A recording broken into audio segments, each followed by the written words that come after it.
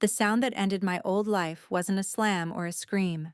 It was the delicate clatter of a fork slipping from my fingers and hitting porcelain like a tiny gavel. I remember the roast cooling on my mother's blue china, the lamp throwing a tired circle of light over my father's folded hands, the way he leaned forward as if delivering a weather report. Guest room or move out. 7 words. Notre mort. No apology. I am Elise Hart, 34, an environmental engineer who can calculate storm runoff loads in my sleep. And I didn't see the flood coming in my own house. My brother, Connor, smiled like he'd been waiting for this verdict. His new wife, Sloane, watched me over the rim of a crystal glass, the corner of her mouth curling the way a ribbon does under a blade. I said the practical thing, because practical things had kept that roof upright, listing the windows I replaced, the water heater, the property taxes I paid while working 60-hour weeks. My father lifted one hand, a monarch bored by the petition. It's decided. My mother studied her napkin, as if truth might be embroidered there. I stood. Rage moved through me the way electricity searches for ground. Swift, blind, inevitable. Fine. I'm gone. I didn't slam a single door. I just unplugged the television I bought, rolled up the rug I paid for, hefted the coffee maker whose mornings were mine, pulled the cushions I'd chosen for that couch. Connor hovered, half laughing, half jeering, asking if I was seriously taking the couch. He didn't understand that what I was dragging through that doorway was the shape of my years. Every Saturday spent fixing leaks instead of living. Every promotion I sidestepped so I could be nearby when bills came due and backs turned away. Outside, the night had the brittle cleanness of winter. I loaded my car and drove until the house was a square of darkness in the rear view. Shrinking, receding, finally gone. In the quiet of my cramped downtown apartment, a one-bedroom with a view of a brick wall and, if I leaned out, a sliver of sky, I listened to the new noises of a life I'd never intended to reclaim. Radiators sighing, buses exhaling at the corner, my own breath slowing after a run of days that felt like a sprint through a crowded room. It would have been simple to remake myself with platitudes. I'm too trained for that. Engineers believe in measurements. So I measured. The relief of waking without the mental math of overdue notices. The grief of being someone's daughter and not being chosen. The ache like a deep bruise when I touched the memory of my mother looking down. I told myself to let it rot on their side of the fence. But rot has a smell, and mine carried the faint perfume of Sloane's designer bags.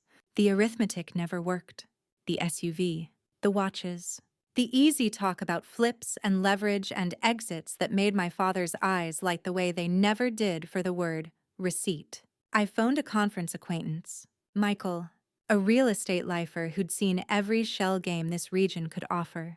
His silence was its own testimony. Sloane Adler, he said finally, her firm's been whispered about. Padded appraisals, funds reallocated, the kind of quick margins that wilt under daylight.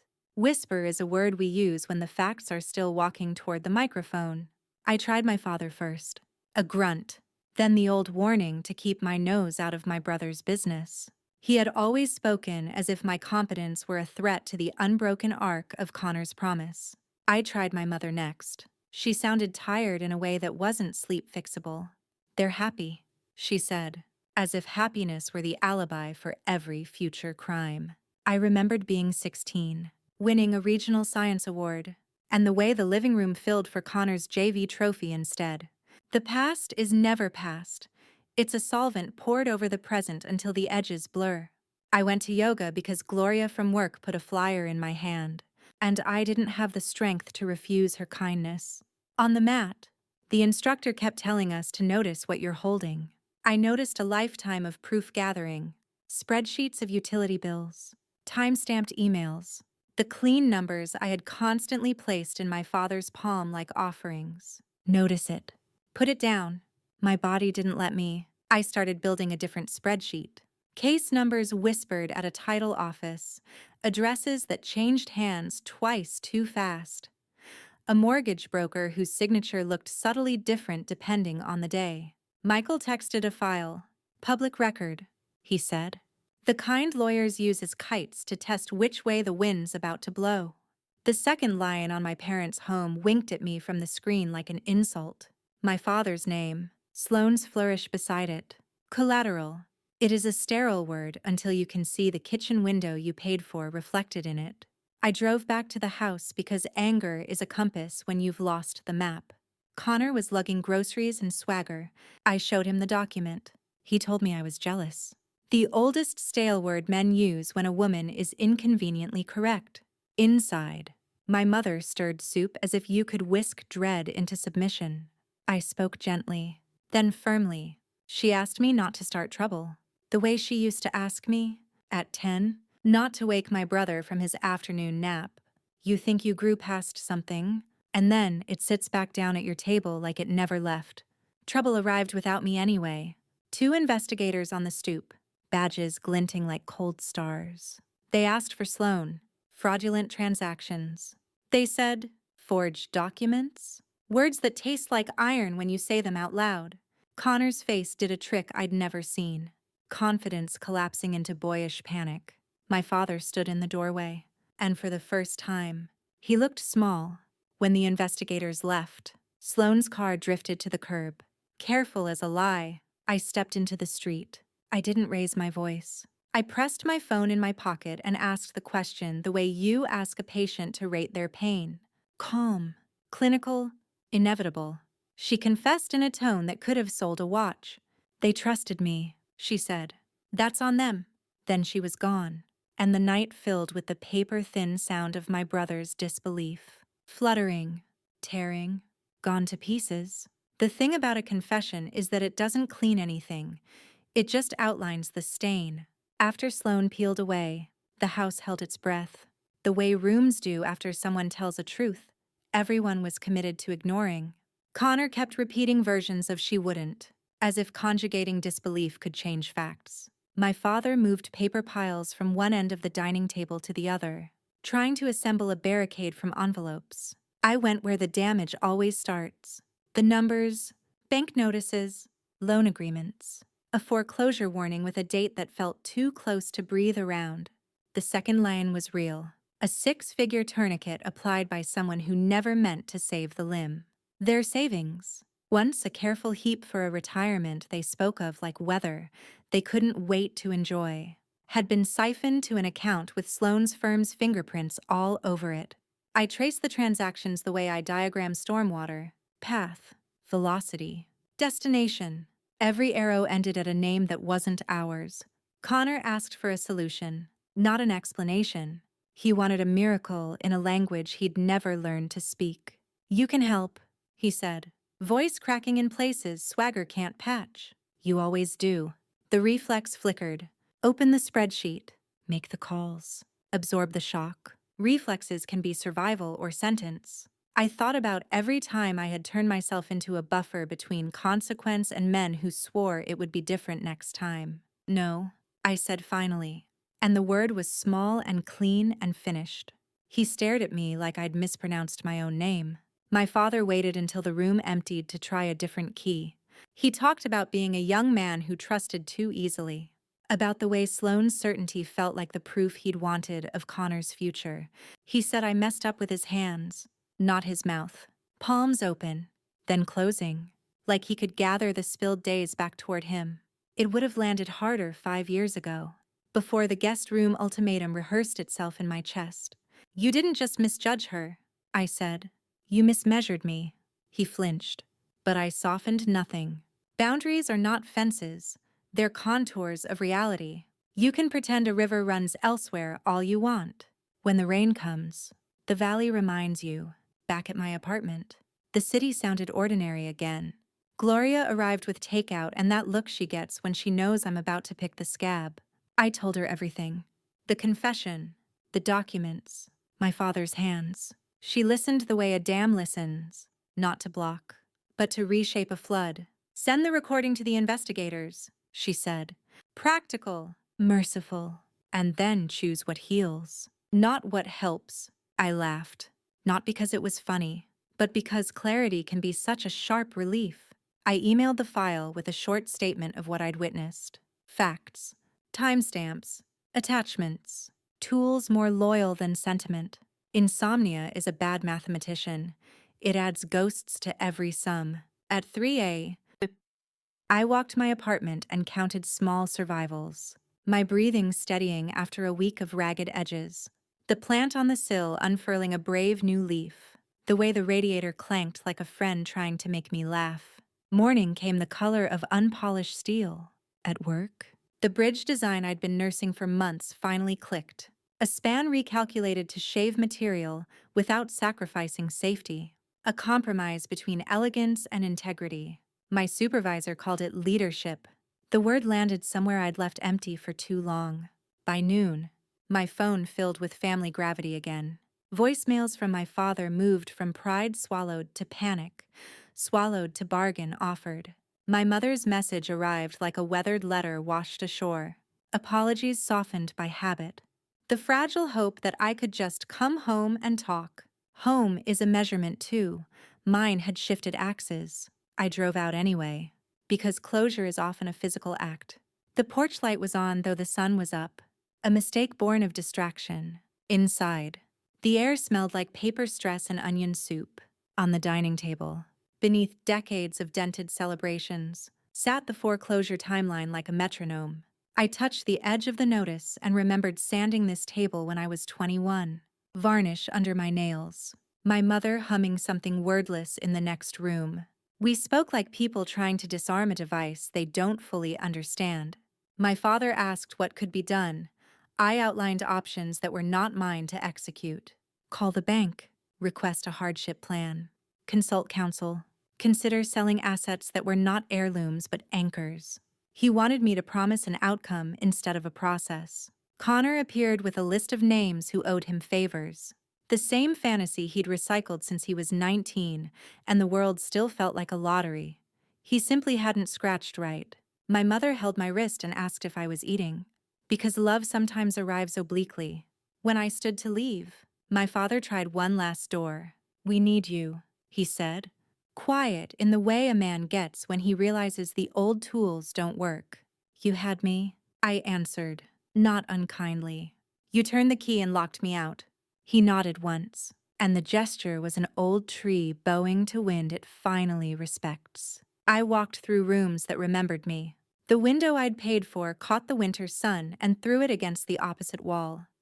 A hairline crack in the hallway plaster I'd patched 3 summers ago held firm. The refrigerator hummed loyally, a machine that did its job without applause. Machines are easier than families. They respond predictably to care. Outside, the cold bit in ways that make you feel awake. At the curb, I watched a single maple leaf scuff along the asphalt. Then lift. Then drop. Physics performing its honest little theater. In the car, I called Gloria and told her I had done nothing heroic, only correct. That's the work, she said. The bridge revision in my inbox got final approval that afternoon. I stared at the drawing set and felt a sensation I'd postponed for years. The right thing bearing fruit before the wrong thing devoured it. If there's justice, maybe it's that simple and that hard. 6 months is a strange distance. It's long enough for the noise to fade, but short enough that memory still hums in the walls. My life had become a rhythm I finally recognized as mine. Early mornings at the office, blueprints unfurling across my desk. Evenings where yoga mats replaced arguments. Weekends spent with Gloria, who had quietly become the family I'd once begged for. The promotion came quietly, almost anticlimactic. An email congratulating me for leading the city's new Green Bridge project. I read it 3 times before it sank in. For once, success didn't feel like compensation for loss. It felt like the natural gravity of finally standing where I belonged. Some nights, though, the old silence crept back. The one shaped like my father's disappointment and my mother's quiet compliance. I'd learned not to wrestle it, only to breathe through it. One evening, over wine and leftover takeout, Gloria said, "You know what's wild? You built literal bridges for a living and emotional ones for people who burn them." I laughed until I cried, because she wasn't wrong. I had spent my whole life reinforcing unstable structures. Now I was finally learning to let things fall. The recording of Sloane's confession lived on a hard drive, labeled with a date, and nothing else. The investigators had thanked me, politely and briefly, promising follow-ups. I didn't need updates. Truth has its own momentum. Eventually, it found its way into court documents and headlines. Her arrest made the local news, charged with wire fraud, forgery, and grand larceny. They mentioned multiple victims across the state, one being a retired couple from Omaha, my parents. I watched the news in silence. The reporter's voice detached. Professional. Connor wasn't charged, but he was left broke and humiliated. A friend later told me he was working part-time at a hardware store, his confidence stripped down to minimum wage. My parents had moved to a small rental on the edge of the city, a boxy apartment with a dying ficus out front. They were surviving, not living. The house I'd saved for years was gone, foreclosed, sold, repainted, reborn as someone else's home. I thought I'd feel vindicated, but all I felt was an ache that didn't have a name.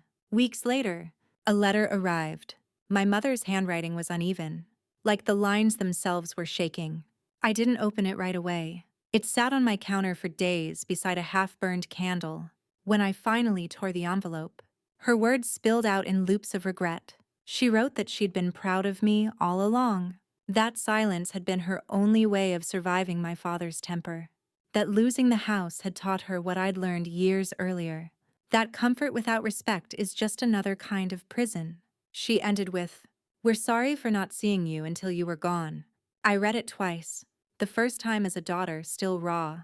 The second as a woman who'd finally stopped bleeding for other people's lessons. I didn't write back. Some closures don't need witnesses. Spring came with soft defiance. I bought myself a new couch. Navy blue, solid, unapologetically mine, and placed it near the window where sunlight hit around 4 in the afternoon. I made coffee in the machine I'd carried out that night and thought about how everything I owned now was both burden and freedom. Proof that starting over doesn't always look triumphant. It just looks honest.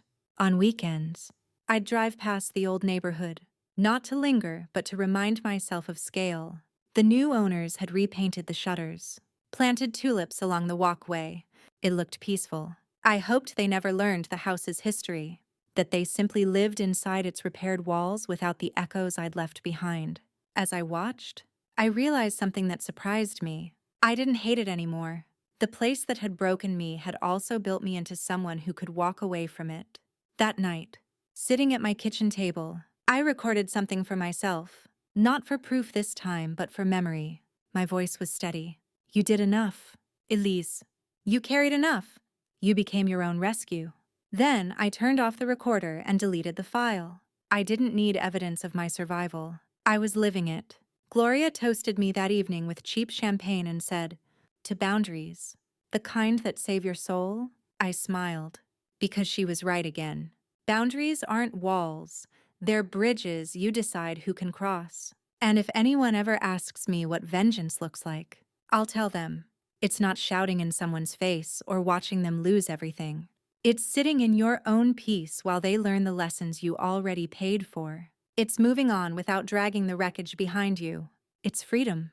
Thank you for staying with me through this story of betrayal, awakening, and quiet justice. If you've ever had to choose yourself after years of being unseen, I hope my journey reminds you that peace isn't selfish.